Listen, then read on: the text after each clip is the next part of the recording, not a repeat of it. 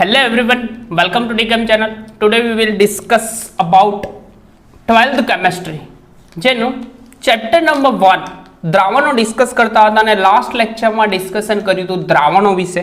તો દ્રાવણો જેની definition last લેક્ચરમાં આપણે ડિસ્કસ કરી હતી કે દ્રાવણ કોને કહેવાય, તો જ્યારે પણ બે કે તેથી વધુ પદાર્થો મિશ્ર થઈ ને સમાંગ અને એકરૂપ મિશ્રણ બનાવે તો તેવા મિશ્રણને દ્રાવણ કહેવામાં આવે છે.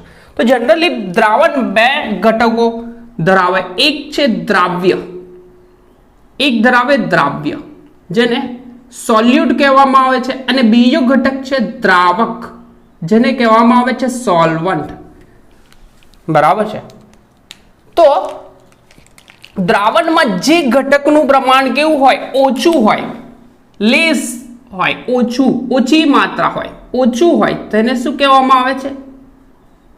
દ્રાવ્ય. અને દ્રાવણમાં જે ઘટકનું પ્રમાણ કેવું હોય, વધારે હોય, તેને દ્રાવક કહેવામાં આવે છે. અને જેવો દ્રાવક તેવું દ્રાવણ, એટલે કે જેવો દ્રાવક તેવું દ્રાવણ એટલે કે મતલબ એવો થશે કે જો દ્રાવક સોલિડ ફોર્મમાં હોય તો દ્રાવણ પણ ઘન સ્વરૂપમાં હશે, જો લિક્વિડ ફોર્મમાં હોય એટલે કે પ્રવાહી સ્વરૂપમાં તો દ્રાવણ પણ પ્રવાહી, અને ગેસ ફોર્મમાં હોય એટલે કે વાયુ સ્વરૂપમાં હોય તો તેવું જ દ્રાવણ બનશે. બરાબર.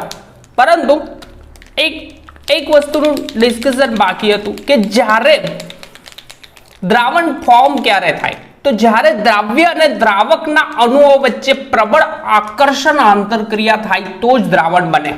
બરાબર. તો જ્યારે દ્રાવ્ય અને દ્રાવકના અણુઓ વચ્ચે પ્રબળ આકર્ષણ આંતરક્રિયા થાય ત્યારે જ દ્રાવણ બને. એક્ઝામ્પલ સાથે એક્સપ્લેન કરીશ. બરાબર છે. તો દ્રાવણ ત્યારે જ ફોર્મ થાય. આપણે લાસ્ટ લેક્ચરમાં એના પ્રકાર પણ જોઈ લીધા, પરંતુ આ ટોપિક બાકી હતું. જ્યારે દ્રાવ્ય અને દ્રાવકના અણુ જ્યારે દ્રાવ્ય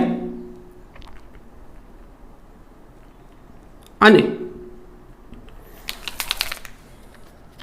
દ્રાવકના અણુઓ વચ્ચે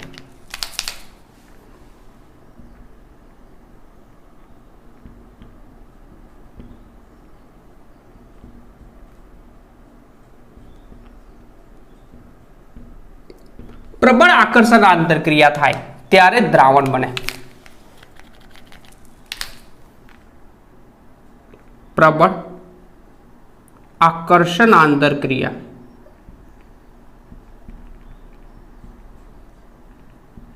કઈ રીતની તે જોઈએ છે. આંતરક્રિયા થાય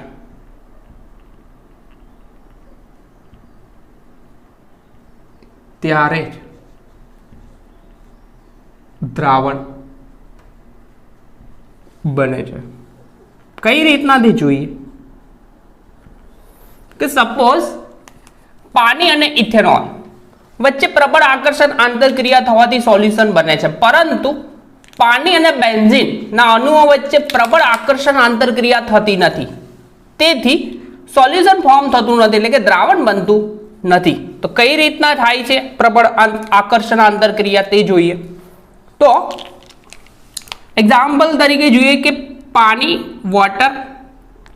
પાણી અને ઇથેનોલ અથવા ઇથેનોલ લઈએ.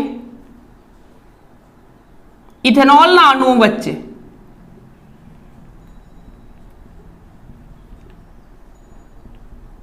વચ્ચે પ્રબળ આકર્ષણ આંતરક્રિયા થાય છે. પ્રબળ આકર્ષણ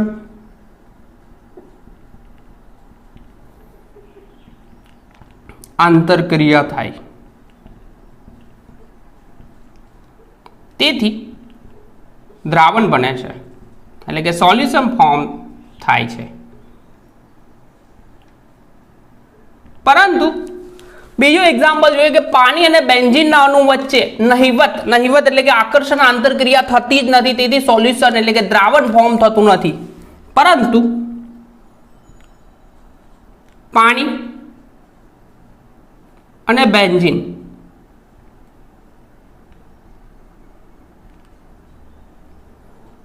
ના અણુ વચ્ચે પ્રબળ આકર્ષણ આંતરક્રિયા થતી નથી,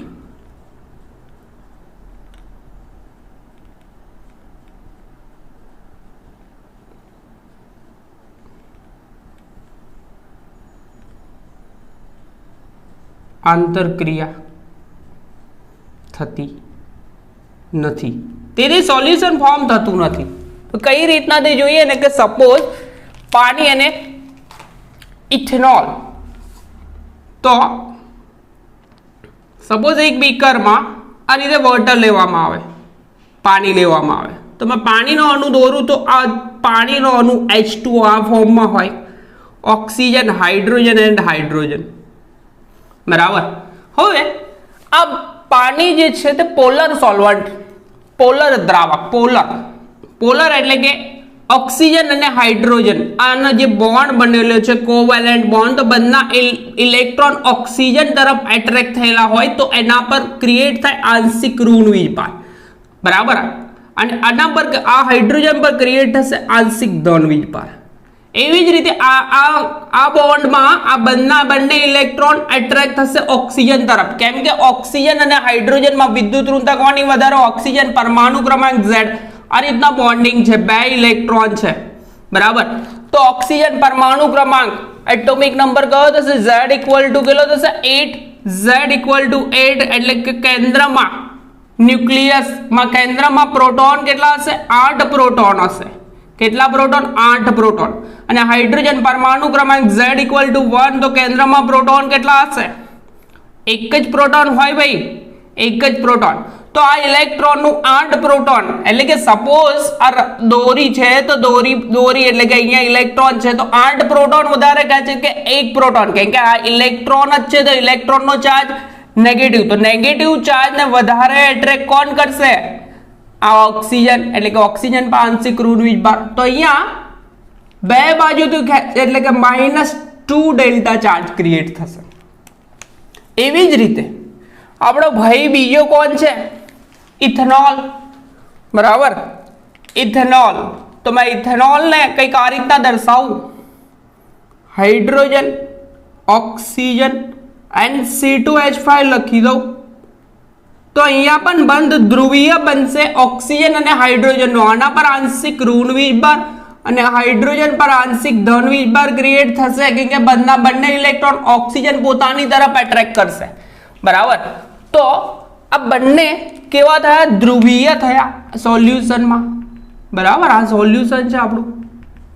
તો અહીંયા બોન્ડ ક્રિએટ થશે આંતરાણવીય હાઇડ્રોજન બંધ. આંતરાણવીય હાઇડ્રોજન બોન્ડ ક્યારે કહેવાય? કે વધારે વિદ્યુત ઋણતા ધરાવતા નાઇટ્રોજન, સલ્ફર, ઓક્સિજન કે હેલોજનની નજીકમાં ઓછી વિદ્યુત ઋણતા ધરાવતો હાઇડ્રોજન પરમાણુ હોય તો આના પર આંશિક ઋણ વીજભાર અને આના પર આંશિક ધન વીજભાર ક્રિએટ થાય, અને એના વચ્ચે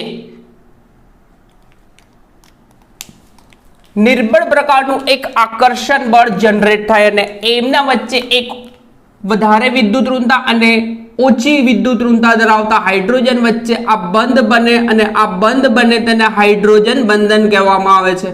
તો હાઇડ્રોજન બંધનના કારણે આ લોકો વચ્ચે પ્રબળ આકર્ષણ આંતરક્રિયા થાય, બરાબર. તો અહીંયા ફોર્મેશન થાય છે, પ્રબળ આકર્ષણ આંતરક્રિયા થવાને કારણે અહીંયા શું સોલ્યુશન બને છે? દ્રાવણ બને છે, બરાબર છે. પાણી અને ઇથેનોલના અણુ વચ્ચે પ્રબળ આકર્ષણ આંતરક્રિયા થાય છે, તેથી શું થાય છે? દ્રાવણ બને છે. પરંતુ આપણો કેસ નંબર 2, બરાબર. આ પહેલું એક્ઝામ્પલ હતું, કેસ નંબર 2 જોઈએ. તો અહીંયા પાણી અને બેન્ઝીન, તો અહીંયા બીજું બીકર લઈએ, તો બીકરમાં એકમાં પાણી છે, વોટર, બરાબર. અને આ કેવો છે? ધ્રુવીય. આના પર આંશિક ઋણ વીજભાર બે બાજુથી, એટલે કે -2 ડેલ્ટા લખું, delta plus delta and plus delta, આ રીતનું થશે. અને આપણું ભાઈ બીજું કોણ છે? બેન્ઝીન. તો બેન્ઝીન છે, તો બેન્ઝીનમાં થશે શું? કે બેન્ઝીન નોન પોલર સોલ્વન્ટ હશે. નોન પોલર એટલે કે બિન ધ્રુવીય, કેમ કે બધા આજુબાજુમાં કાર્બન કાર્બન કાર્બન ને કાર્બનનું બોન્ડિંગ છે, તો આ બે વચ્ચે કોઈ પણ પ્રકારની આકર્ષણ આંતરક્રિયા નહીં થાય. તો અહીંયા પાણી અને બેન્ઝીન વચ્ચે સોલ્યુશન એટલે કે દ્રાવણ બનતું નથી. અહીંયા દ્રાવણ બનતું નથી, પરંતુ અહીંયા દ્રાવણ ફોર્મ થાય છે. તો દ્રાવણ બનવા માટેની કેટલીક લાક્ષણિકતાઓ છે, તો એના 3 કે 4 પોઈન્ટ છે, એ ડિસ્કશન કરીશું, કેમ કે એ MCQ માં મેક્સિમમ આવી જાય છે, બરાબર.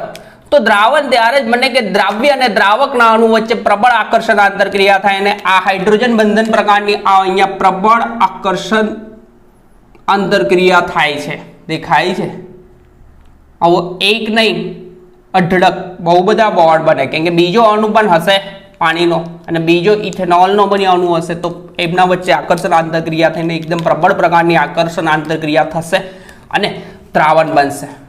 તો દ્રાવણ બનવાની લાક્ષણિકતાઓ કેટલીક છે, બરાબર. જ્યારે દ્રાવ્ય અને દ્રાવક વચ્ચે પ્રબળ આકર્ષણ આંતરક્રિયા થાય તો સોલ્યુશન ફોર્મ થાય છે, અને જો આકર્ષણ આંતરક્રિયા ન થાય તો દ્રાવણ બનતું નથી. તો દ્રાવણ બનવા માટેની કેટલીક લાક્ષણિકતાઓ છે જેનું ડિસ્કશન કરીશું, બરાબર. તો દ્રાવણ બનવા માટેની લાક્ષણિકતાઓ છે જોઈ લઈએ. લાસ્ટ લેક્ચરમાં આપણે દ્રાવણો શું છે એ પણ જોયું, દ્રાવણના પ્રકાર જોયા, બરાબર. અને બીજી વસ્તુ કે દ્રાવ્ય અને દ્રાવકના અણુ વચ્ચે પ્રબળ આકર્ષણ આંતરક્રિયા થાય તો જ દ્રાવણ બને, નહીંતર દ્રાવણ ફોર્મ થશે નહીં, બરાબર. ડિઝોલ્વ થાય નહીં, સમાંગ અને એકરૂપ મિશ્રણ નહીં બને. તો દ્રાવણ બનાવવાની લાક્ષણિકતામાં સૌથી પહેલો પોઈન્ટ એવો છે કે ધ્રુવીય દ્રાવકો.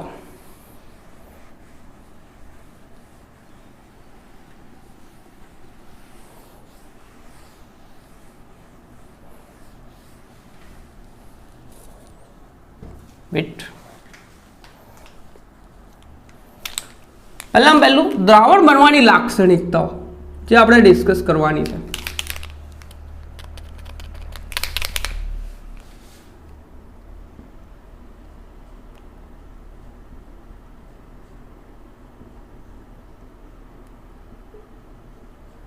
માટેની લાક્ષણિકતા, કેરેક્ટરિસ્ટિક, લાક્ષણિકતા. તો લાક્ષણિકતાની વાત કરીએ તો સૌથી પહેલી લાક્ષણિકતા કે ધ્રુવીય પદાર્થો હોય તો ધ્રુવીય દ્રાવકોમાં દ્રાવ્ય થાય છે. હમણાં જોયું એ પ્રમાણે કે પાણી અને ઇથેનોલ લીધેલું, બરાબર. તો પાણી પણ ધ્રુવીય, આંશિક ધન વીજભાર અને ઋણ વીજભાર ક્રિએટ થયેલો, તો ધ્રુવીય દ્રાવક, ધ્રુવીય પદાર્થો ધ્રુવીય દ્રાવકમાં દ્રાવ્ય થાય છે, દ્રાવકમાં દ્રાવ્ય થાય છે. એક્ઝામ્પલ તરીકે જોઈએ કે પાણી ધ્રુવીય છે, બરાબર. આ રીતનું કંઈક હતું, હમણાં દોર્યું હતું, એ જ રીતના સેમ ટુ સેમ છે. કે દ્રાવક તરીકે આપણે વોટર લઈ લઈએ, બરાબર. H2O, તો ઓક્સિજન, હાઇડ્રોજન એન્ડ હાઇડ્રોજન. તો ઓક્સિજન પર -2 ડેલ્ટા ચાર્જ આવશે, કેમ કે વિદ્યુત ઋણતા વધારે, બંને ઇલેક્ટ્રોન પોતાના તરફ ખેંચશે, તો આંશિક ઋણ વીજભાર, આના પર આંશિક ધન વીજભાર. એવી જ રીતે અહીંયા પણ આંશિક ધન વીજભાર ક્રિએટ થાય તો ત્યાં આગળ આંશિક ઋણ વીજભાર ક્રિએટ થશે, બરાબર. તો પોલર સોલ્વન્ટ થયું, ધ્રુવીય દ્રાવક. તો ધ્રુવીય પદાર્થો ધ્રુવીય દ્રાવકમાં દ્રાવ્ય થાય. તો એક્ઝામ્પલ તરીકે પાણીમાં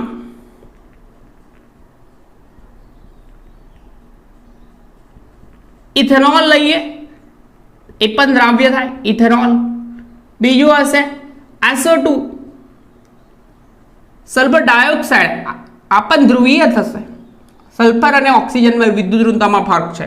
HCl, અમોનિયા. તો આ બધા ભાઈઓ જે છે, આ બધા કમ્પાઉન્ડ છે તે પાણીમાં ડિઝોલ્વ થશે, બરાબર. તો આપણે ઇથેનોલ લીધું છે અહીંયા, તો આપણે મિથેનોલ પણ લઈ શકીએ.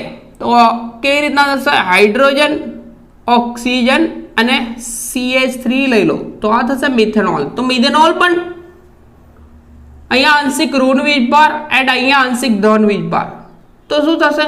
પ્રબળ આકર્ષણ આંતરક્રિયા થશે, ઓક્સિજન હાઇડ્રોજન અને અહીંયા પણ હાઇડ્રોજન ઓક્સિજન વચ્ચે કયો બંધ બને?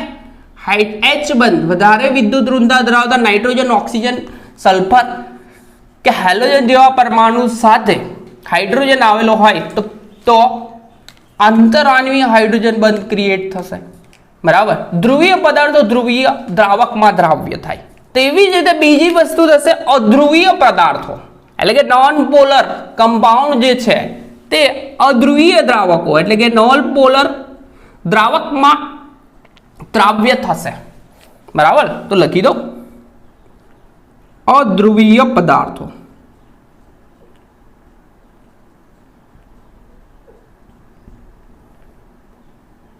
અધ્રુવીય દ્રાવકમાં દ્રાવ્ય થાય.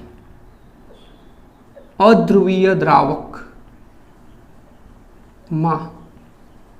દ્રાવ્ય થાય. એક્ઝામ્પલ તરીકે જોઈએ કે બેન્ઝીન. બેન્ઝીન કેવું છે? અધ્રુવીય. એન્ડ બીજું છે નાફ્થલીન, આ પણ અધ્રુવીય. બેન્ઝીન અને નાફ્થલીન તો આ બંને અધ્રુવીય છે. તો અધ્રુવીય પદાર્થો અધ્રુવીય દ્રાવકમાં દ્રાવ્ય થાય એટલે કે કોઈ પણ પ્રકારનો ચાર્જ ક્રિએટ નહીં થાય. તો એક્ઝામ્પલ તરીકે જોઈએ તો બેન્ઝીન, બીકરમાં લીધું બેન્ઝીનનું સોલ્યુશન દ્રાવક તરીકે. આમ તો અહીંયા બધી સાઈડે અહીંયા બી કાર્બન, અહીંયા બી કાર્બન, અહીંયા કાર્બન, અહીંયા કાર્બન, અહીંયા કાર્બન. તો કોઈ પણ વિદ્યુત ઋણતામાં ફરક નથી એટલે કે બંધ કેવો ધ્રુવીય બને જ નહીં. ધ્રુવીય નહીં બને તો થશે એમ કે આ લોકો વચ્ચે કોઈ પણ પ્રકારનો ચાર્જ ક્રિએટ નહીં થાય. અને બીજું છે આપણું નેપ્થલિન. તો નેપ્થલિનનું સ્ટ્રક્ચર બધાને આઈડિયા હોવો જોઈએ કે નેપ્થલિનનું સ્ટ્રક્ચર કંઈક આવું હોય. તો આ બે વચ્ચે સોલ્યુશન ક્રિએટ થશે કેમ કે આ નેપ્થલિન પણ અધ્રુવીય. તો બેન્ઝીન અને નેપ્થલિન. બરાબર, બીજો પોઈન્ટ આવો થશે. ત્રીજો પોઈન્ટ, જે કાર્બનિક અણુમાં OH ની સંખ્યા વધારે એટલે કે કોઈ પણ ઓર્ગેનિક કમ્પાઉન્ડ હોય, કાર્બનિક અણુ હોય તેમાં OH ની સંખ્યા વધારે તેમ પાણીમાં દ્રાવ્યતા વધારે. આ કેમ આવું એક્સપ્લેન કરું છું. જે કાર્બનિક સંયોજનોમાં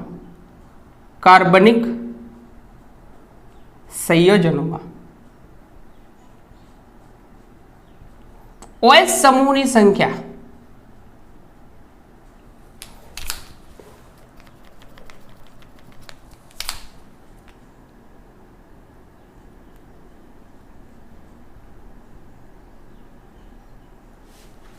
વધારે તેમ પાણીમાં દ્રાવ્યતા વધારે. પાણીમાં દ્રાવ્યતા વધારે કઈ રીતના તે જોઈએ તો કોઈ પણ ઓર્ગેનિક કમ્પાઉન્ડ હોય તો એ સંયોજનમાં OH સમૂહની સંખ્યા વધારે તેમ પાણીમાં દ્રાવ્યતા વધારે. એક્ઝામ્પલ તરીકે જોઈએ ને કે ઇથેનોલ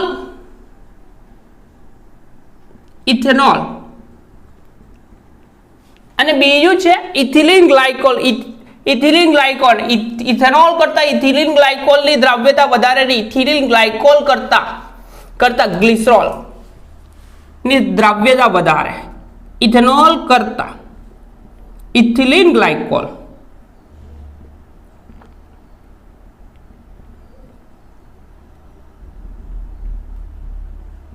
ની પાણીમાં દ્રાવ્યતા વધારે. આ MCQ માં આવે છે. કઈ રીતના? કેમ કે ઇથેનોલમાં એક જ OH સમૂહ આવેલો છે જ્યારે ઇથિલિન ગ્લાયકોલમાં OH સમૂહની સંખ્યા કેટલી થાય? તો થશે 2 થી વધારે. કઈ રીતના તે જો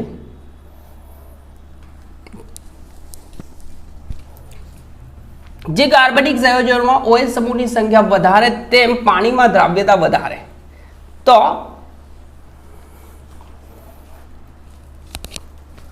પાણી જે છે વોટર તો કઈ રીતનું હશે? બોક્સ મોટું દોરું છું. બરાબર, તો આપણે વોટરનો અણુ કંઈક આવો હોય H2O આવું થશે. બરાબર, હવે ભયમાં થાય એમ કે ઓક્સિજન હાઇડ્રોજન આ બંને ઇલેક્ટ્રોન પોતાના તરફ એટ્રેક્ટ કરે એટલે કે આંશિક ઋણ વીજભાર ક્રિએટ થાય અને અહીંયા ક્રિએટ થશે આંશિક ધન વીજભાર. અને આ બંને ઇલેક્ટ્રોન પર એટ્રેક્ટ કરે એટલે કે અહીંયા મેં કરી દઉં -2 ડેલ્ટા એન્ડ અહીંયા પ્લસ ડેલ્ટા એટલે કે આ તો ધ્રુવીય થયું. હવે આપણે ઇથેનોલ તો લીધું હતું પહેલા, બોન્ડિંગ બી દર્શાવ્યું હતું એટલે કે એક જ OH હોય. પરંતુ ઇથિલિન ગ્લાયકોલમાં કેટલા OH હોય ભાઈમાં કે 3 OH હોય, તો મેં આ રીતનું દર્શાવી શકું OH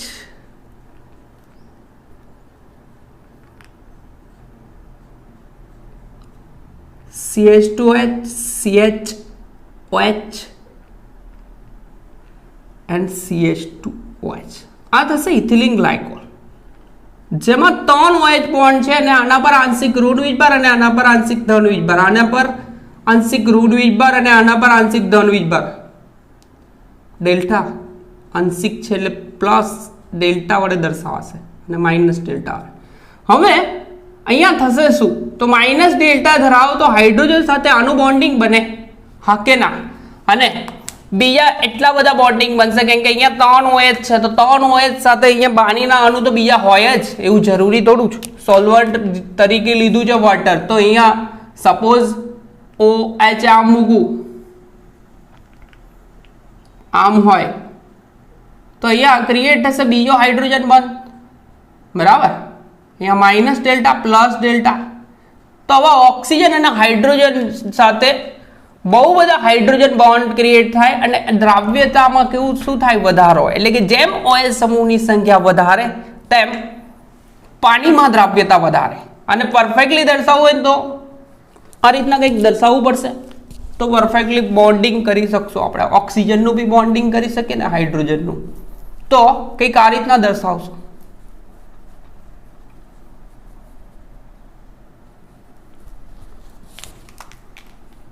આમ બી દર્શાવી શકાય, CH2 oxygen and hydrogen, CH oxygen and hydrogen and CH2 oxygen and hydrogen. તો અહીંયા H2O અણુ હોય આમ, બરાબર, આમ દર્શાય ઓક્સિજન હાઇડ્રોજન ને બીજો પણ હાઇડ્રોજન. તો અહીંયા હાઇડ્રોજન ઓક્સિજન વચ્ચે બંધ બનશે અને આ ઓક્સિજન હાઇડ્રોજન બનશે. તો આવા કન્ટિન્યુઅસ બોન્ડ બન્યા કરે, બરાબર. તો એના કારણે દ્રાવ્યતામાં વધારો થાય. અને લાસ્ટ ચોથો પોઈન્ટ છે લાક્ષણિકતાઓમાં. ચોથો પોઈન્ટ એવું કહે છે કે આયનીય પદાર્થો મહદ અંશે એટલે કે મોટા ભાગે પાણીમાં દ્રાવ્ય થાય છે, કે મોટા ભાગના આયનીય પદાર્થો પાણીમાં દ્રાવ્ય થાય છે, કારણ કે એ ઘન અવસ્થામાં સોલિડ ફોર્મમાં પણ આયનીય સ્વરૂપે હોય છે. તો આયનીય પદાર્થો ચોથો પોઈન્ટ.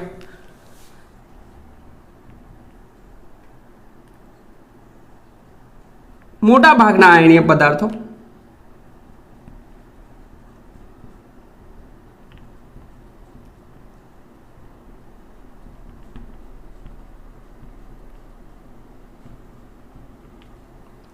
મહદ અંશે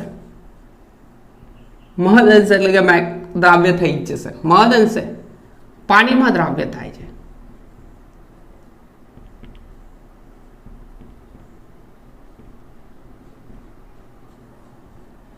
કારણ કે સોલિડ ફોર્મમાં એટલે કે ઘન અવસ્થામાં પણ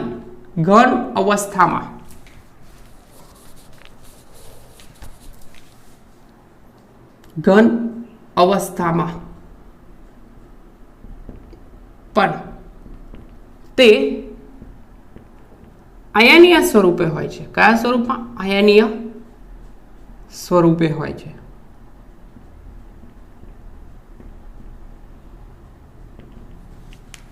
એટલે કે એક પર પ્લસ ચાર્જ અને એક પર માઇનસ ચાર્જ. ઉદાહરણ તરીકે જોઈએ તો NaCl, એકદમ સિમ્પલ એક્ઝામ્પલ, મીઠું Na+Cl- પાણીમાં જેમ નાખીએ તો આયનીય ફોર્મ કન્વર્ટ થઈ જાય NaCl, Na+Cl-, તો આયનીય સોલ્યુશન બનાવે, બરાબર છે. અને બીજી વસ્તુ કે જ્યારે પણ દ્રાવક તરીકે પાણી વાપરાય તો તેવા દ્રાવણને જલીય દ્રાવણ, જ્યારે દ્રાવક તરીકે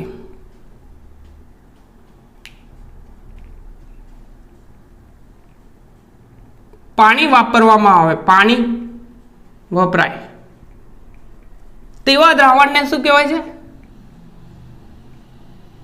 જલીય દ્રાવણ કહે છે.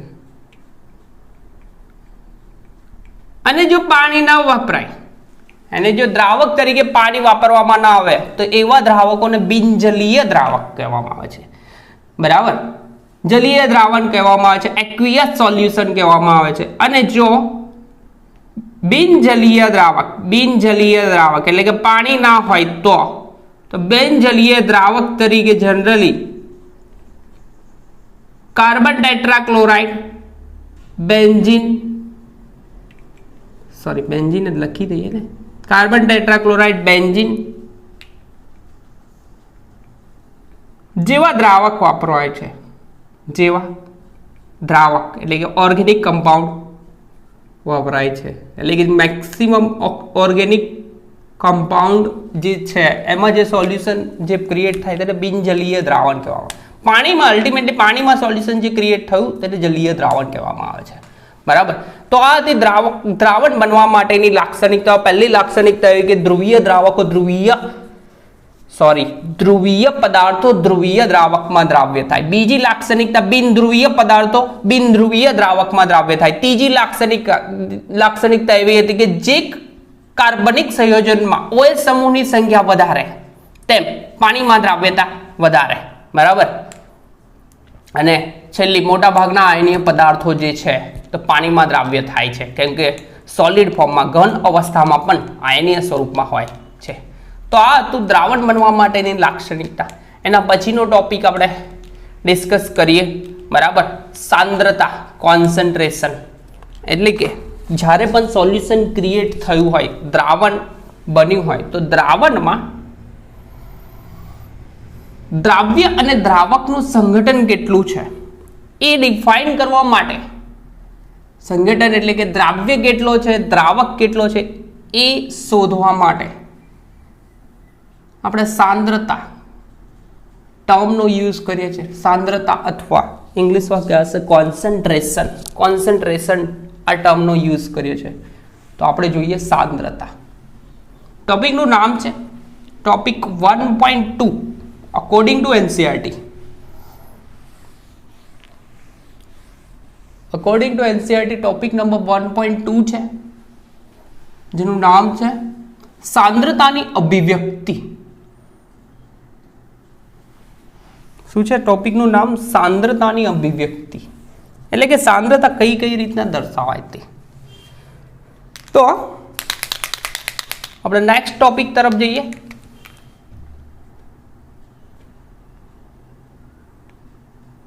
સાંદ્રતાની અભિવ્યક્તિ.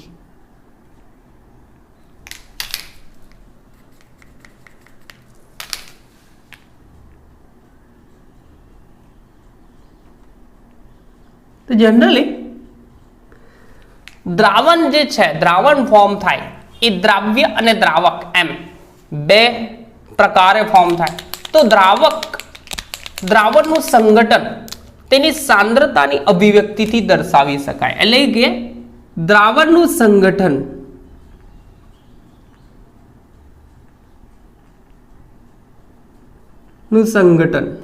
સંગઠન મીન્સ એમાં દ્રાવક કેટલો છે, દ્રાવ્ય કેટલો છે એ સાંદ્રતાની અભિવ્યક્તિથી દર્શાવે.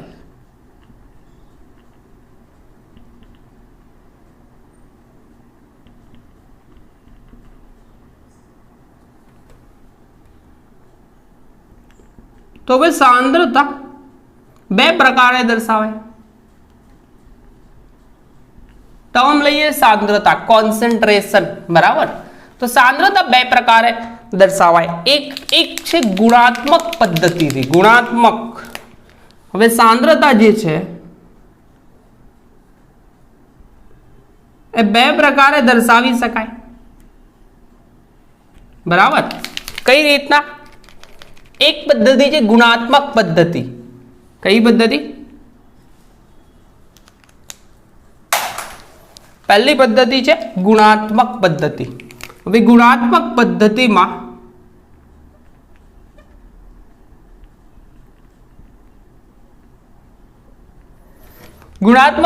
એટલે કે જનરલી જે સોલ્યુશન હોય તો બે પ્રકારે બે પ્રકારના હોઈ શકે, કાં તો સાંદ્ર દ્રાવણ હોય કાં તો મંદ દ્રાવણ. હવે સાંદ્ર દ્રાવણ કોને કહેવાય? તો સાંદ્ર દ્રાવણ એવા દ્રાવણને કહેવામાં આવે છે કે દ્રાવણમાં પહેલું દ્રાવણ કયું છે? સાંદ્ર દ્રાવણ. હવે સાંદ્ર દ્રાવણ કોને કહેવાય? સાંદ્ર દ્રાવણ. સાંદ્ર એટલે કે કોન્સન્ટ્રેટેડ દ્રાવણ કોને કહેવાય? તો જનરલી દ્રાવકની સાપેક્ષમાં દ્રાવ્યનો જથ્થો કેવો હોય? વધારે હોય. શું હોય? દ્રાવકની સાપેક્ષ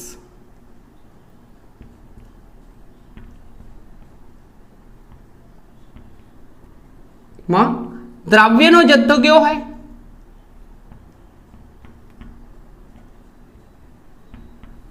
વધારે હોય. તો તેવા દ્રાવણને કેવું? સાંદ્ર દ્રાવણ કહેવામાં આવે છે. એકદમ સિમ્પલ વસ્તુ છે કે સોલ્વન્ટની સાપેક્ષ એટલે કે દ્રાવકની સાપેક્ષ દ્રાવ્યનો જથ્થો કેવો? વધારે હોય તો તેવા દ્રાવણને કોન્સન્ટ્રેટેડ અથવા સાંદ્ર દ્રાવણ કહેવામાં આવે છે. બરાબર. અને બીજું છે મંદ દ્રાવણ. મંદ દ્રાવણ કોને કહેવામાં આવે? તો મંદ દ્રાવણ એવા દ્રાવણોને કહેવામાં આવે છે કે આનાથી વિરુદ્ધ એટલે એકદમ સિમ્પલ છે કે દ્રાવકની સાપેક્ષમાં દ્રાવ્યનો જથ્થો કેવો? એકદમ નહિવત એટલે કે ઓછો હોય. તો તેવા દ્રાવણને શું? મંદ દ્રાવણ કહેવામાં આવે છે. લખું બે એક્ઝેક્ટ કે દ્રાવકની સાપેક્ષમાં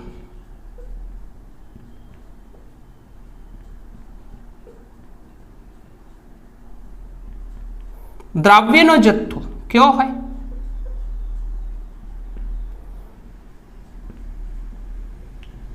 ખૂબ ઓછો હોય. ખૂબ ઓછો અથવા નહિવત હોય તો તેવા દ્રાવણને મંદ દ્રાવણ કહેવામાં આવે છે.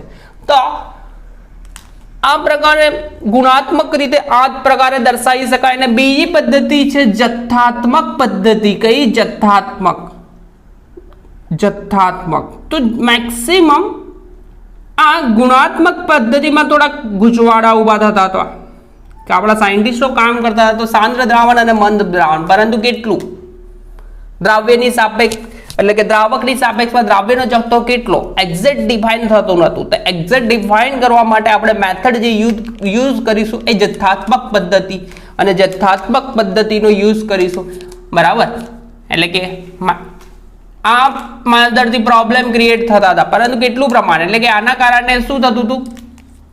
મેક્સિમમ ગૂંચવાડા ક્રિએટ થતા હતા. તેથી આપણે જથ્થાત્મક સાંદ્રતા માટે જથ્થાત્મક પદ્ધતિનો ઉપયોગ કરીશું.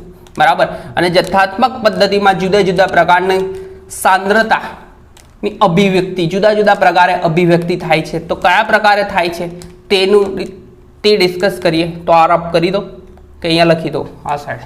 તો જથ્થાત્મક પદ્ધતિને કારણે સૌથી પહેલા સાંદ્રતાની અભિવ્યક્તિ આવે તો દળથી ટકાવારી. કઈ છે? દળથી ટકાવારી. હવે દળથી ટકાવારી સાંદ્રતાની સૌથી પહેલી પદ્ધતિ એટલે કે દળથી ટકાવારી. હવે દળથી ટકાવારી શું છે? પર્સન્ટેજ વેટ બાય વેટ કહેવામાં આવે છે. બરાબર. દળથી ટકાવારી અથવા પર્સન્ટેજ વેટ બાય વેટ.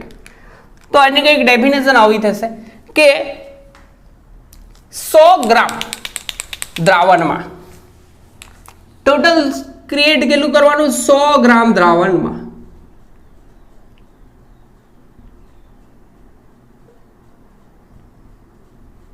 ઓગાળેલ, કેમ કે અહીંયા પર્સન્ટેજ વેટ બાય વેટ છે. ઓગાળેલ દ્રાવ્ય ના દળ એ પણ શેમાં હશે? વજનમાં એટલે કે ગ્રામમાં. બરાબર. પર્સન્ટેજ વેટ બાય વેટ એટલે કે દ્રાવણ જે બન્યું એ પણ ગ્રામમાં, આ પણ ગ્રામમાં. દ્રાવ્યના 100 ગ્રામ દ્રાવણમાં ઓગળે દ્રાવ્યના દળને દળથી ટકાવારી કહેવાય. દળથી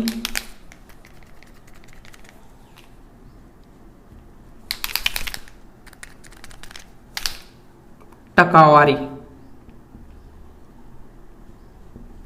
એટલે કે પર્સન્ટેજ વેટ બાય વેટ કહે છે. કઈ રીતના એક્ઝેક્ટ લખું છું એટલે આઈડિયા આવી જશે. તો પર્સન્ટેજ વેટ બાય વેટ કંઈક આ રીતના દર્શાવે ફોર્મ્યુલા સ્વરૂપમાં. પર્સન્ટેજ વેટ બાય વેટ એટલે કે દ્રાવ્યનું દળ શેમાં હશે? ગ્રામમાં. દ્રાવ્યનું દળ શેમાં હોય? ગ્રામમાં. ડિવાઈડ બાય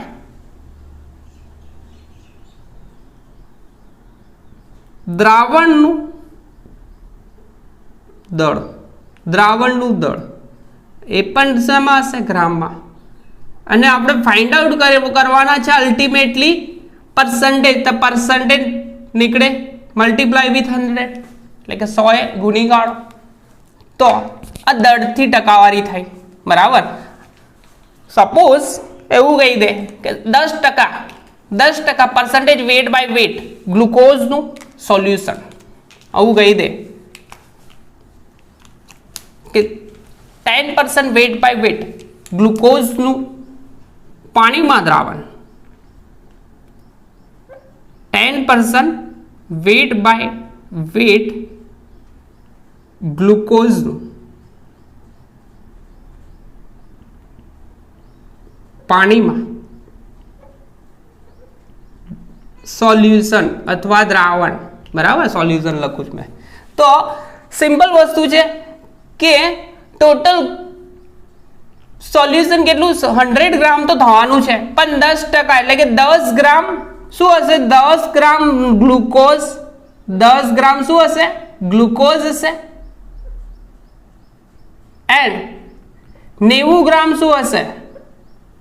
90 ગ્રામ શું થાય? એટલે ટોટલ 100 કરવાનું તો 90 ગ્રામ પાણી. બરાબર. અથવા વોટર. તો ટોટલ કરીશું તો ટોટલ 100 ગ્રામ સોલ્યુશન થઈ જશે. 100 ગ્રામ દ્રાવણ. અહીંયા દ્રાવક કોણ થશે? વોટર. અને દ્રાવ્ય કોણ થશે? દ્રાવ્ય કોણ થાય? ગ્લુકોઝ. તો આ એકદમ સિમ્પલ વસ્તુ છે. બરાબર. કે જ્યારે પણ વેટ બાય વેટ કે એટલે કે ટોટલ સોલ્યુશન કેટલું કરવાનું? 100 ગ્રામ. એમાં દ્રાવ્યનું વજન હશે અને બાકીનું જે વજન એ કોનું હોય? દ્રાવકનું. એટલે કે જે દ્રાવ્યનું વજન આપ્યું હોય એના કરતા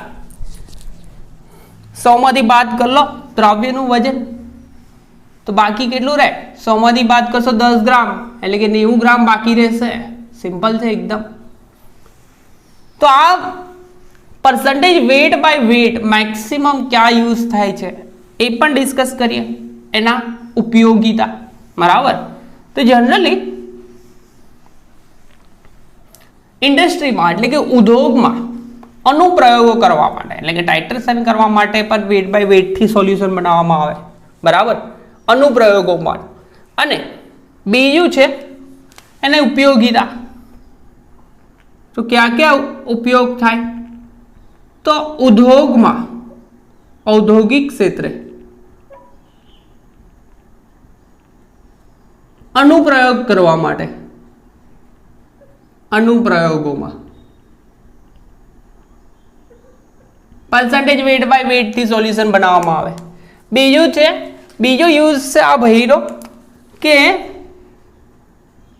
બજારમાં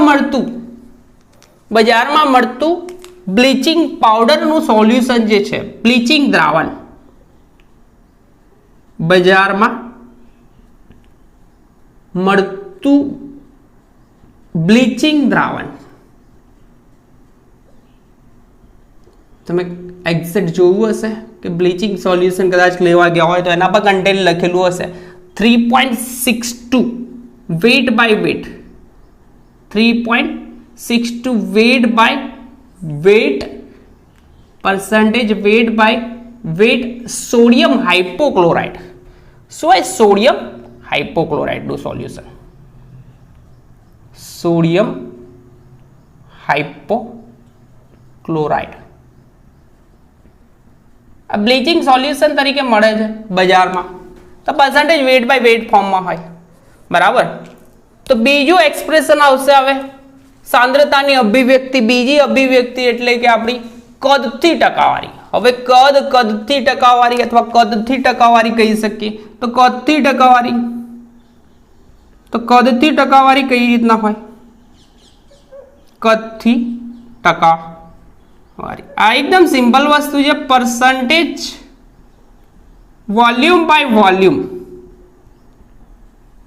बराबर कद ने वॉल्यूम कहवाय तो वॉल्यूम बाय वॉल्यूम तो एकदम सिंपल डेफिनेशन थशे कि 100 ml द्रावण में ओगाड़ेला द्रव्यना कद एटले के ml ले कद एटले के ml ले कदथी टकावारी कहेवामां आवे छे बराबर। तो कई रीतना छे तो जो आ रीतना थशे 100 ml द्रावण में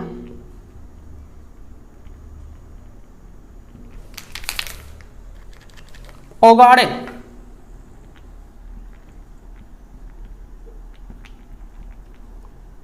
द्रव्यना कद एटले के ए पण ml में बराबर द्रव्यना कद ml ने कद थी टकावारी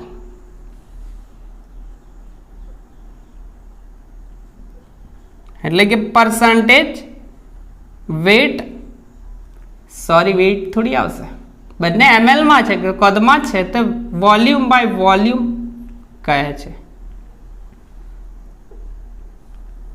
तो आनी फॉर्म्युला लखीए तो कई रीतना थशे सूत्र परसेंटेज वॉल्यूम बाय वॉल्यूम बराबर तो एनु फॉर्म्युला थशे घटक बुक में लख्युं छे घटक नु कद बट आपणे लखीशुं द्रव्य नु कद घटक એટલે કે દ્રવ્ય નું કદ શેમાં હશે ml માં બરાબર 100 ml 200 ml 50 ml કોઈ બી હોય ડિવાઇડ બાય શું થશે દ્રાવણનું કુલ કદ શું થશે દ્રાવણનું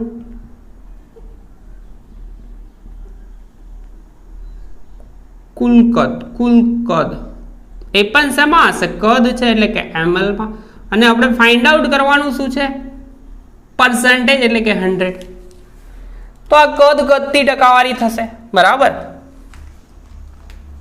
तो आ कद कदथी टकावारी 10% इथेनॉल નું દ્રાવણ કીધું હોય 10% ઇથેનોલ નું દ્રાવણ 10 ના કહું તો 25% ઇથેનોલ નું દ્રાવણ તો 25% ઇથેનોલ નું બુકમાં 10% નું એક્ઝામ્પલ છે જોઈએ છે।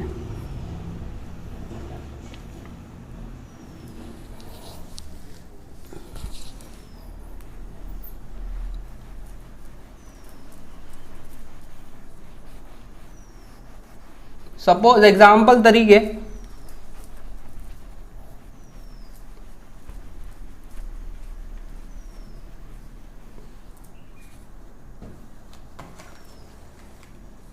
10% इथेनॉल નું સોલ્યુશન હોય 10% લેવું 25% લે 25%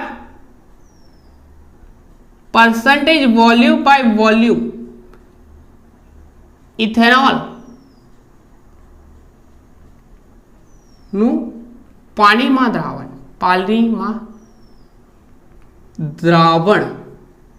આવું કીધું હોય તો એમાં સિમ્પલ વસ્તુ છે कि टोटल वॉल्यूम કેટલું કરવાનું છે ભાઈ ઇથેનોલ લિક્વિડ ફોર્મમાં હશે એટલે કે કદ ફોર્મમાં જ હશે બરાબર તો ટોટલ 100 કરવાનું છે તો 25 ml તો શું હશે 25 ml હશે આપણું ઇથેનોલ તો મેં ETOH લખું ઇથેનોલ ETOH એન્ડ બાકી કેટલું હશે टोटल तो 100 तो 100 માંથી 25 બાદ कर लो तो 75 आई है 75 ml कौन हશે वाटर टोटल सॉल्यूशन थशे 25 प्लस 75 એટલે કે 100 ml દ્રાવણ આવું કંઈક થાય બરાબર। ત્યાર પછી આપણે फोर व्हील में कूलंट तरीके वपरातुं कूलंट बधाए जोयुं हशे एंजीन ने ठंडू पाडवा माटे यूज थाय छे कूलंट ગ્રીન કલરનું આવે છે, જુદા જુદા ડિફરન્ટ કલરનું આવે છે, બરાબર. તો એ કુલન્ટ જે છે એન્જિનને ઠંડુ રાખવા માટે તો 35% 35% વોલ્યુમ બાય વોલ્યુમ ઇથિલિન ગ્લાયકોલનું દ્રાવણ, ઇથિલિન ગ્લાયકોલ નું દ્રાવણ નું પાણીમાં દ્રાવણ હોય, બરાબર. પાણીમાં એટલે કે 35 ml કોણ હોય ઇથિલિન ગ્લાયકોલ અને બાકીનું જે બચ્યું એટલે કે 65 જે હશે તે શું હશે પાણીનું પાણીમાં દ્રાવણ જે કારમાં શીતક તરીકે વાપરવામાં આવે છે, બરાબર. જે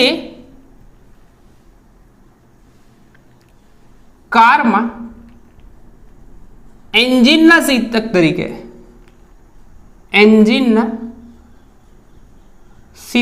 તરીકે વાપરવામાં આવે છે.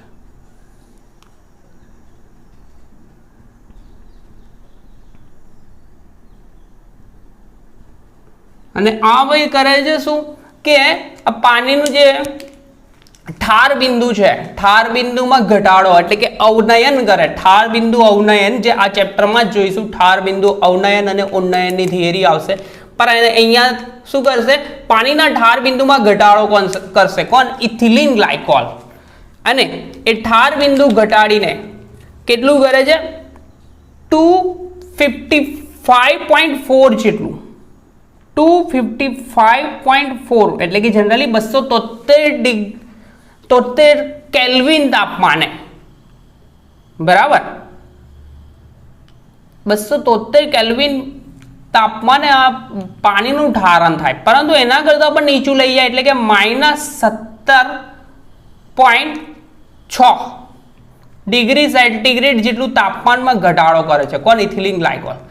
અને જનરલી આ શીતક તરીકે એટલે કે કુલન્ટ તરીકે વાપરવામાં આવે છે. જ્યારે પણ એન્જિન ચાલતું હોય, ગાડી ચાલતી હોય તો એમાં જો કુલન્ટ ખૂટી જાય તો શું થાય? એન્જિન હીટ મારી જાય. તો એ એન્જિન હીટ ના મારી જાય, બરાબર. એ માટે કુલન્ટ તરીકે ethylene glycol 35% volume by volume ethylene ગ્લાયકોલનું સોલ્યુશન વાપરવામાં આવે છે. આ થયું કદથી ટકાવારી, વોલ્યુમ બાય વોલ્યુમનું કોન્સન્ટ્રેશન. એનાથી આગળ જોઈશું આપણે percentage weight by volume, percentage weight by volume. અને આ સાંદ્રતાની અભિવ્યક્તિ ત્રીજા પ્રકારની સાંદ્રતાની અભિવ્યક્તિ થશે. કઈ થશે? percentage weight by volume. અને આ સાંદ્રતાનો મેક્સિમમ યુઝ ફાર્માસ્યુટિકલ ક્ષેત્રે એટલે કે ફાર્મા ઇન્ડસ્ટ્રી જે છે, બરાબર, જે ફોર્મેશન શું કરે? મેડિકલ ક્ષેત્ર ટેબ્લેટનું ફોર્મેશન કરે, બરાબર. કોઈ કમ્પાઉન્ડ ક્રિએટ કરતા હોય, R&Dમાં રીયુઝ થતો હોય, રિસર્ચની લેબમાં એઝ વેલ એઝ પ્રોડક્શન કાં તો QCમાં જ્યારે પણ સોલ્યુશન ક્રિએટ કરવાના થાય તો પર્સન્ટેજ વેઇટ બાય વોલ્યુમ ફોર્મમાં ક્રિએટ થાય, બરાબર. તો ફાર્માસ્યુટિકલ ક્ષેત્રે એટલે કે ફાર્મા એટલે કે ફાર્મા બે ડિવાઈડ થશે કે chemical as well as pharma. Pharma એટલે શું થશે કે મેડિકલ ક્ષેત્રે યુઝ થતી ટેબ્લેટ જે બનતી હોય, કાં તો ટેબ્લેટ માટેનું રો મટીરિયલમાંથી જો ક્રિએટ કરવામાં આવે ટેબ્લેટ માટેનું મટીરિયલ, સપોઝ પેરાસિટામોલ બનાવવી હોય તો એના માટે જે મટીરિયલ યુઝ કરવામાં આવે, રો મટીરિયલ જેના સોલ્યુશન ક્રિએટ કરવામાં આવે તો પર્સન્ટેજ વેઇટ બાય વોલ્યુમ ફોર્મમાં ક્રિએટ કરવામાં આવશે. તો આપણે સાંદ્રતાની અભિવ્યક્તિ ત્રીજો પ્રકાર કે દળ કદથી ટકાવારી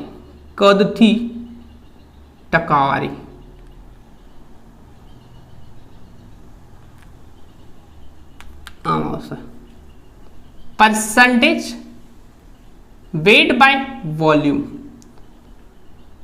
એકદમ સિમ્પલ છે. દળ કદથી ટકાવારી તો 100 ml સોલ્યુશન આ પકડો, બરાબર. પાછળનું જે હોય તો જો કદમાં હોય તો ml માં, અને જો વજનમાં હોય, વેટ દળમાં હોય તો ગ્રામમાં લેવાનું, બરાબર. તો 100 ml દ્રાવણમાં 100 ml દ્રાવણમાં ઓગાળેલ દ્રવ્યના વજન એટલે કે એ હશે ગ્રામમાં ને વજન અથવા દળને દળ કદથી ટકાવારી કહે છે. દળ કદથી ટકાવારી એટલે કે પર્સન્ટેજ વેટ બાય વોલ્યુમ કહે છે.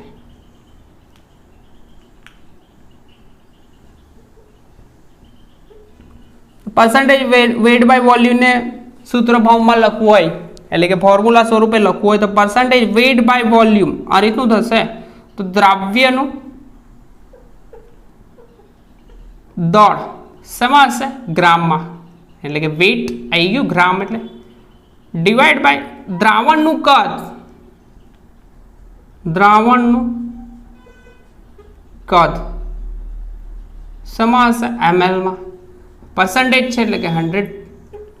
તો આ ભાઈનો યુઝ, આ સાંદ્રતાની અભિવ્યક્તિનો યુઝ મેક્સિમમ ઔષધ નિર્માણ ક્ષેત્રે એટલે કે ફાર્માસ્યુટિકલ એકમમાં વપરાય છે, એટલે કે ફાર્માસ્યુટિકલ ઇન્ડસ્ટ્રીમાં વપરાય છે.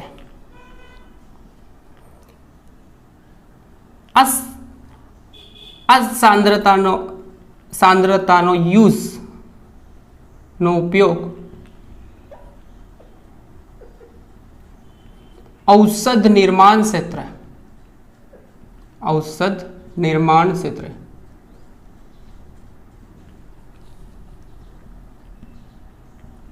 થાય છે. ઔષધ નિર્માણ ક્ષેત્ર એટલે કે મેડિકલ એટલે કે ફાર્માસ્યુટિકલ ક્ષેત્રે થાય છે. બરાબર. આ હતી દળથી ટકાવારી. નેક્સ્ટ છે ppm, પાર્ટ્સ પર મિલિયન. હવે પાર્ટ્સ પર મિલિયન કોને કહેવામાં આવે છે? જનરલી જ્યારે પણ દ્રાવણ જે ફોર્મ થયું હોય એમાં દ્રવ્યની માત્રા અતિ અલ્પ પ્રમાણમાં હોય એટલે કે ખૂબ જ ઓછા પ્રમાણમાં હોય તો આ સાંદ્રતાની અભિવ્યક્તિનો યુઝ થાય છે, જેને ppm કહેવામાં આવે છે. લખીએ ppm, પાર્ટ્સ પર મિલિયન. પાર્ટ્સ પર મિલિયન જેને ppm ફોર્મમાં દર્શાવે. આપણે ફર્સ્ટ લેક્ચર જોયું હતું એમાં ઇન્ટ્રોડક્શનમાં જોયું હતું કે ફ્લોરાઇડનું પ્રમાણ હતું 1 જેટલું હતું તો એ શું કરતું હતું? દાંતનું શયન રોકતું હતું. 1.5 જેટલું હતું તો એ દાંત પર ડાઘા પડતું હતું, અને એનાથી વધારે પ્રમાણ હોય એટલે કે એનાથી વધારે પ્રમાણ તો ઝેરી અસર નિર્માણ કરતું હતું. બરાબર. તો એમાં સાંદ્રતા ppm માં આપી હતી. તો જ્યારે દ્રાવણમાં દ્રવ્યની માત્રા અતિ અલ્પ પ્રમાણમાં હોય તો તેની સાંદ્રતા ppm માં દર્શાવાય. લખી દઈએ વર્ડિંગ. જ્યારે દ્રાવણમાં દ્રવ્યની માત્રા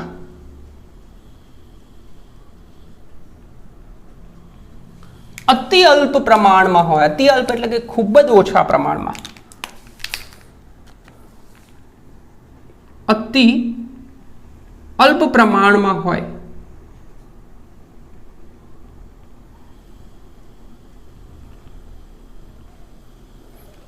ત્યારે તેની સાંદ્રતા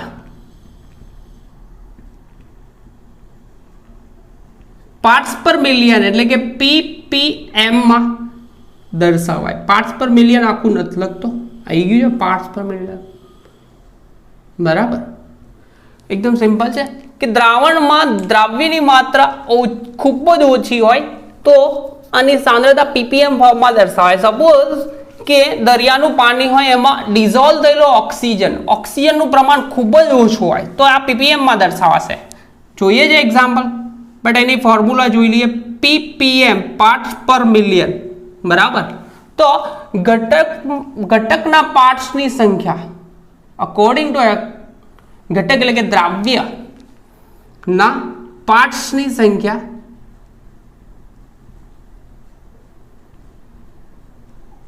ડિવાઈડ બાય દ્રાવણમાં રહેલા ઘટકોના કુલ ઘટકોના એટલે કે દ્રાવણમાં રહેલા ઘટકોની પાર્ટ્સની સંખ્યા.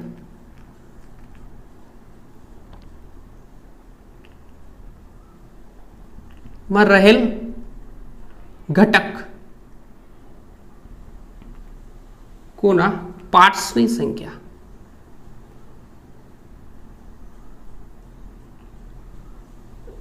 ઇન્ટુ 100, બરાબર, ઇન્ટુ 100 આવશે. અહીંયા 100 નહીં આવે, અહીંયા આવશે ઇન્ટુ 10⁶. ધ્યાન રાખજો ppm માં, બરાબર, ઇન્ટુ 10⁶. આમ આવશે, બરાબર. તો વાત કરીએ એ પ્રમાણે કે ઉદાહરણ તરીકે જોઈએ ને કે દરિયાનું પાણી હોય તો દરિયાના પાણીમાં ડિઝોલ્વ થયેલો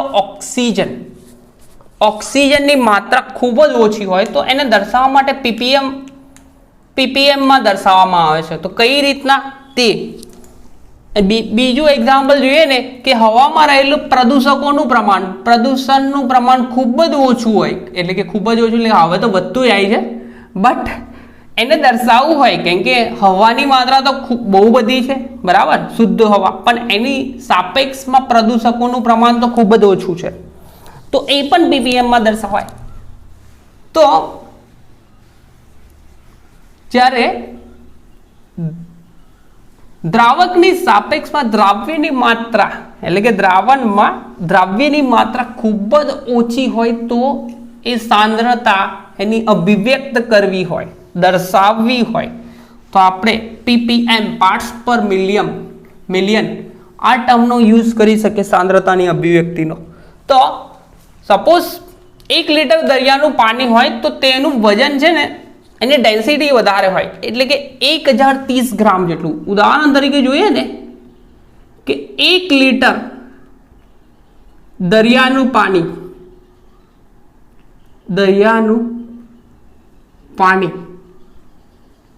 જેનું વજન કેટલું હોય,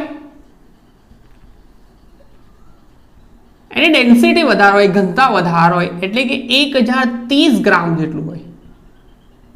કેટલું હોય? 1030 ગ્રામ જેટલું આ ભાઈ જે છે દરિયાનું પાણી, એની ડેન્સિટી વધારે હોવાને કારણે એનું વજન આટલું થાય. હવે લીટરમાં લઈએ છે ભાઈ, લીટરનું માપી ભરો અને વજન કરો, બરાબર છે.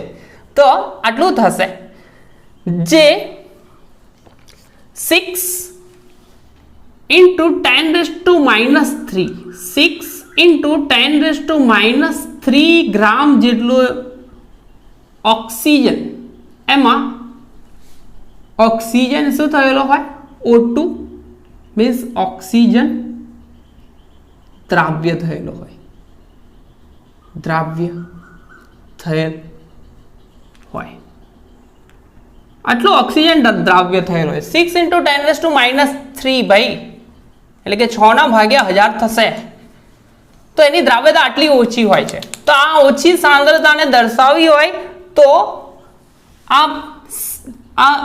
આ ઓછી સાંદ્રતાને દર્શાવવી હોય તો ppm માં દર્શાવાય, અને આનું ppm જે કેલ્ક્યુલેટ કરીશું તો 5.6 ppm થશે. કેટલું? 5.6 ppm જેટલી એનું કોન્સન્ટ્રેશન થાય. કેટલું? 5.6 ppm. આપણે કેલ્ક્યુલેટ કરીશું, એક્ઝામ્પલ કરીશું તે વખતે, પરંતુ જેટલી સાંદ્રતાની અભિવ્યક્તિ છે, બરાબર, 5.6 ppm તરીકે શું કરી શકાય? દર્શાવી શકાય.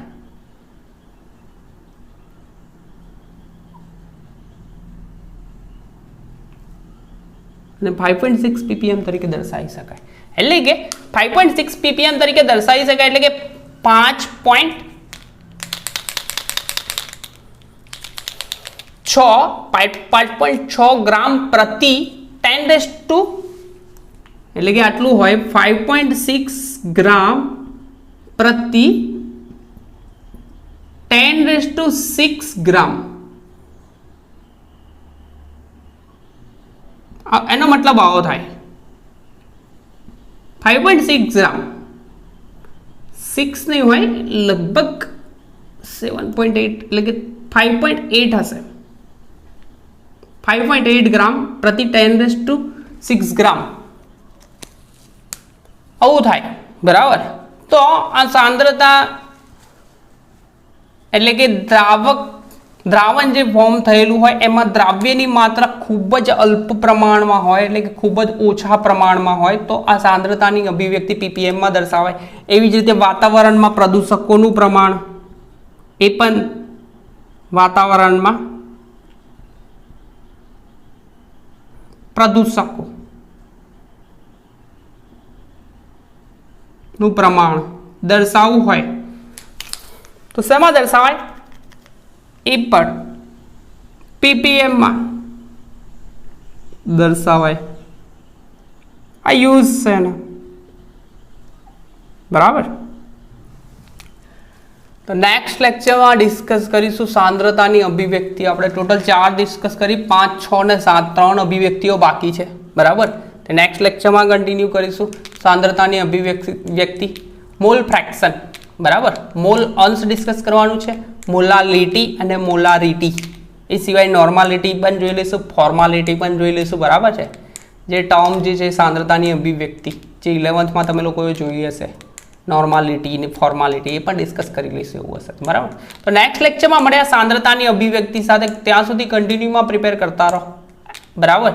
તો નેક્સ્ટ લેક્ચરમાં મળ્યા. અને આપણી ચેનલ પર ફર્સ્ટ ટાઈમ આવ્યા હોય તો બેલ આઇકોન પર ક્લિક કરો અને આપણી ચેનલને સબસ્ક્રાઇબ કરો અને લેક્ચર્સને મેક્સિમમ શેર કરો 12th કેમેસ્ટ્રીના સ્ટુડન્ટ સાથે. કેમ કે આપણું 12th કેમેસ્ટ્રી જે છે આખું 12th કેમેસ્ટ્રી જે છે આખું 10 ચેપ્ટર એ આપણે અહીંયા લેક્ચર્સમાં આવશે, બરાબર. તો નેક્સ્ટ લેક્ચરમાં મળ્યા સાંદ્રતાની અભિવ્યક્તિ બાકીની ટર્મ સાથે. ત્યાં સુધી કન્ટિન્યુમાં પ્રિપેર કરતા